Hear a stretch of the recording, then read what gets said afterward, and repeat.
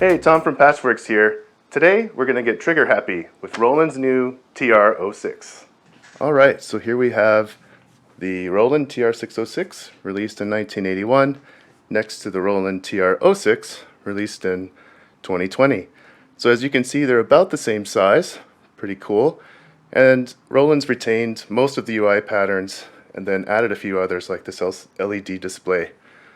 So one of the great things about the TR-606 are these trigger outputs, one for each of the low tom and high tom. The TR-06 has both of those trigger outputs but adds 3 more on the accent, bass drum, and snare drum, as well as this trigger in, which we'll look at in a few minutes. But first, you might be thinking, what do they sound like? Well, here's the same pattern on each drum machine. First, the TR-606.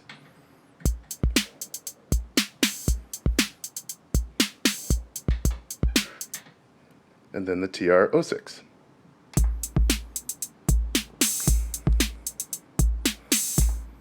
So I didn't do anything to really match up each drum. The TR-06 gives you more drum sound variations, so in addition to a compressor and other things. So I didn't spend a lot of time on that. But at least to my ears, after using the 606 for so long, I think the TR-06 sounds pretty close. Alright, so let's start using some triggers. I've got a pattern already set up here on the TR-06. And we're in write mode, and I have accent selected. So currently, you can see there's no accent programmed because no LEDs light when I play the pattern. This is what it looks like to program them. So let's turn those off. And I want to trigger the sequencer of this SH01A. This is a great little boutique synthesizer, and it's pretty awesome. It has this little sequencer. So I've got a sound that sounds like this. And one of the greatest features of the SH01A and its earlier cousin, the SH101, is this little sequencer. So all we do is we say load, and then I'll play a few notes into the sequencer.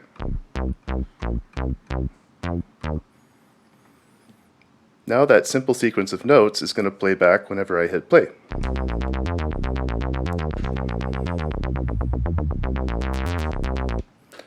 So that's fun, but if we want to synchronize the TR-06 with the SH01A, all we need to do is connect the trigger output from the accent or any other trigger into the external clock in. So all of a sudden, the LED display changes, letting you know that it's ready for external triggers. So when I start the TR-06, the SH01A won't play anything yet because there's no triggers programmed. But when we start assigning triggers and hit play,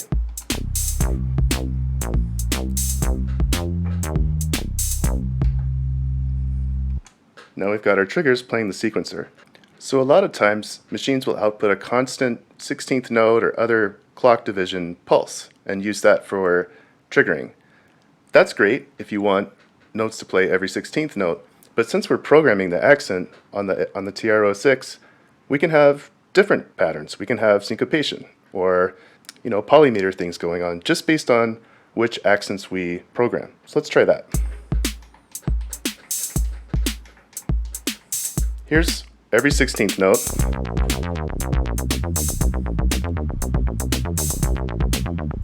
But I'll start removing some of those 16th notes.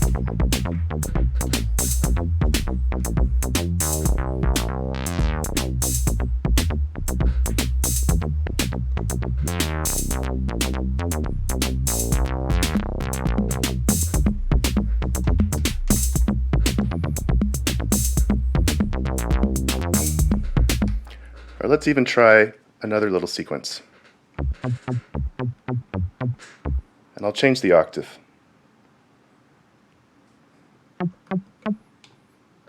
The octave is just on the VCO, so it won't change the notes that have been played. Let's see what that sounds like.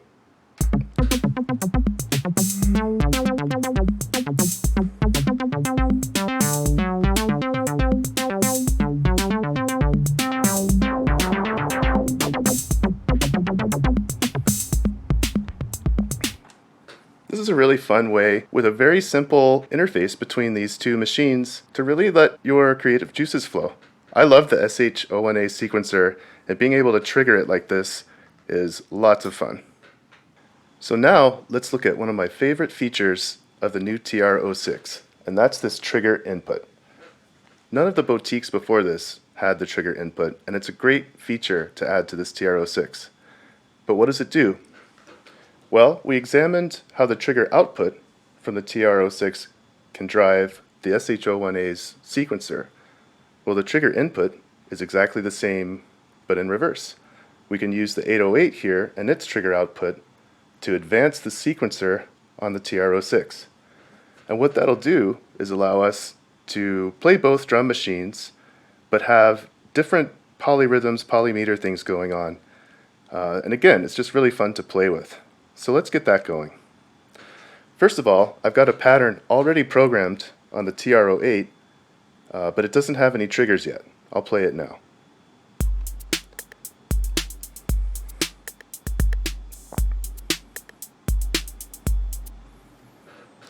But I have a blank sequence up here on the TR-06. So I'll make one now. We'll start with the bass drum.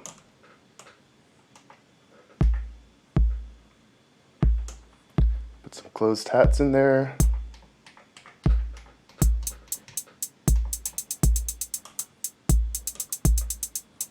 Some snares.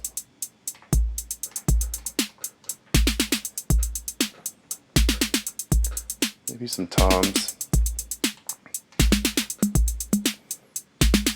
Now you might be thinking, this pattern doesn't sound that good, or at least it's pretty busy.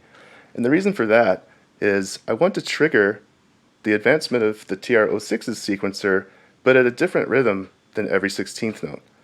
So let's do that now. We'll plug in the trigger out from the TR-08 into the TR-06, trigger in. And again, the display changes from tempo to blank, saying I'm ready for input. So when I start the TR-06, it's not going yet because it's not getting any triggers, but let's start sending it some. So to send triggers, I activate this button and start programming it like any other drum sound.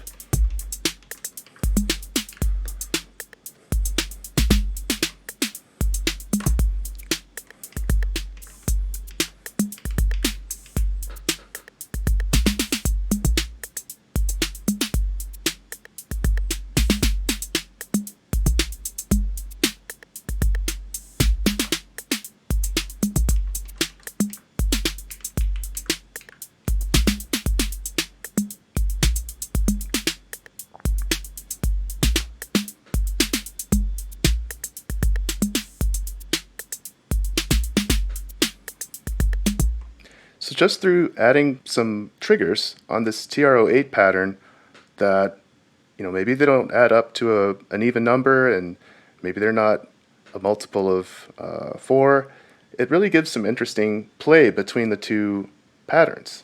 So this is a really fun feature on the TR-06 you're not going to find in a lot of other drum machines. But what if you want to use some of these trigger outputs on the TR-06 on a modular system? Let's look at that next.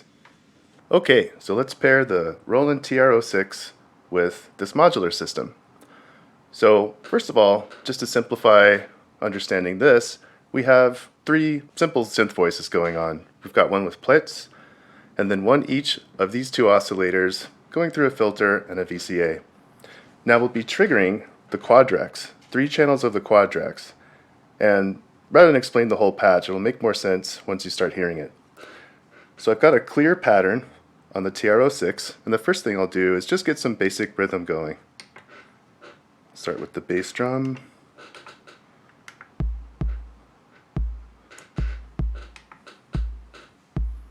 Little snare.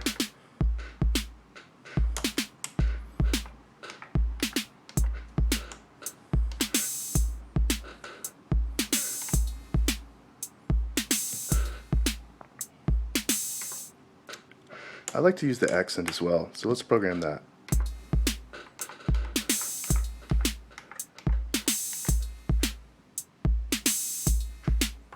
Okay, basic pattern.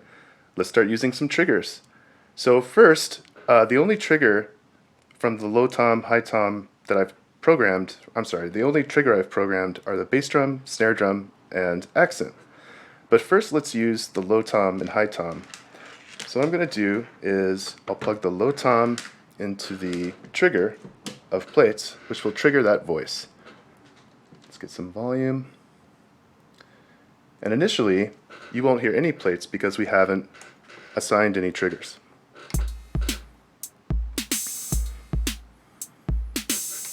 Now let's put some in.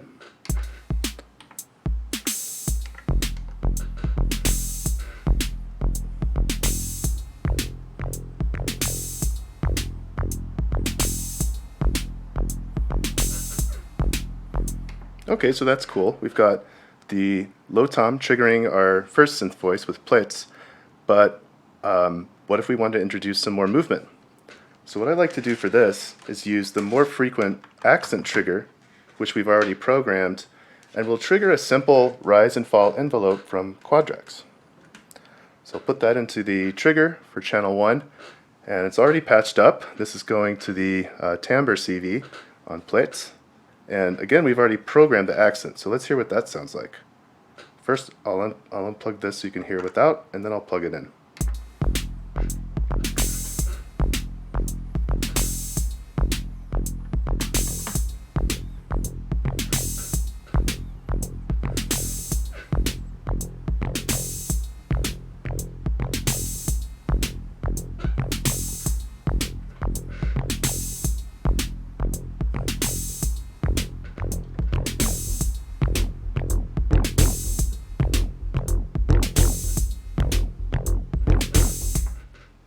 So what you have going on here is the main trigger of the synth voice is going directly into the trigger, but then the modulation is triggered by the more frequent accent. So I just think that gives, interesting movement to this voice. Now we've only used 2 triggers so far, so let's try some more. I'll use the, let's say, high tom, and we'll use the second trigger on Quadrax, which is patched to a synth voice that uses this 2500 oscillator, this filter, and each of these 2 synth voices, the second 2, are patched through the X-Pan and then mimeophone for some effects. So the high tom doesn't have any triggers yet, so let's get ready to add those.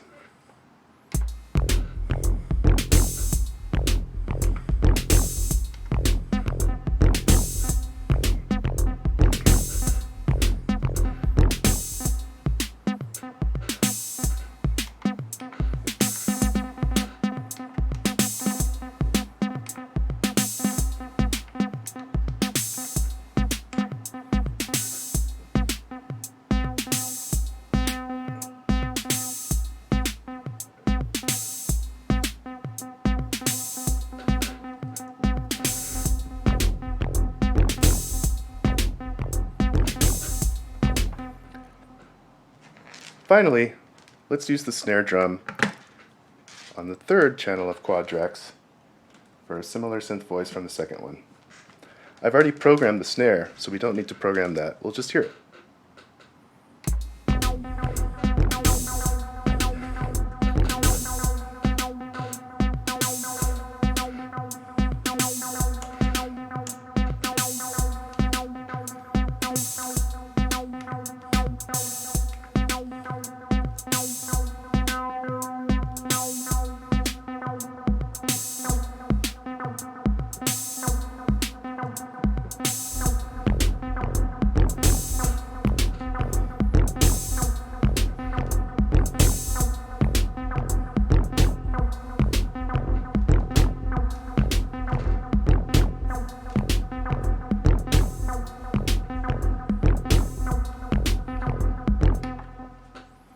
So there you have it.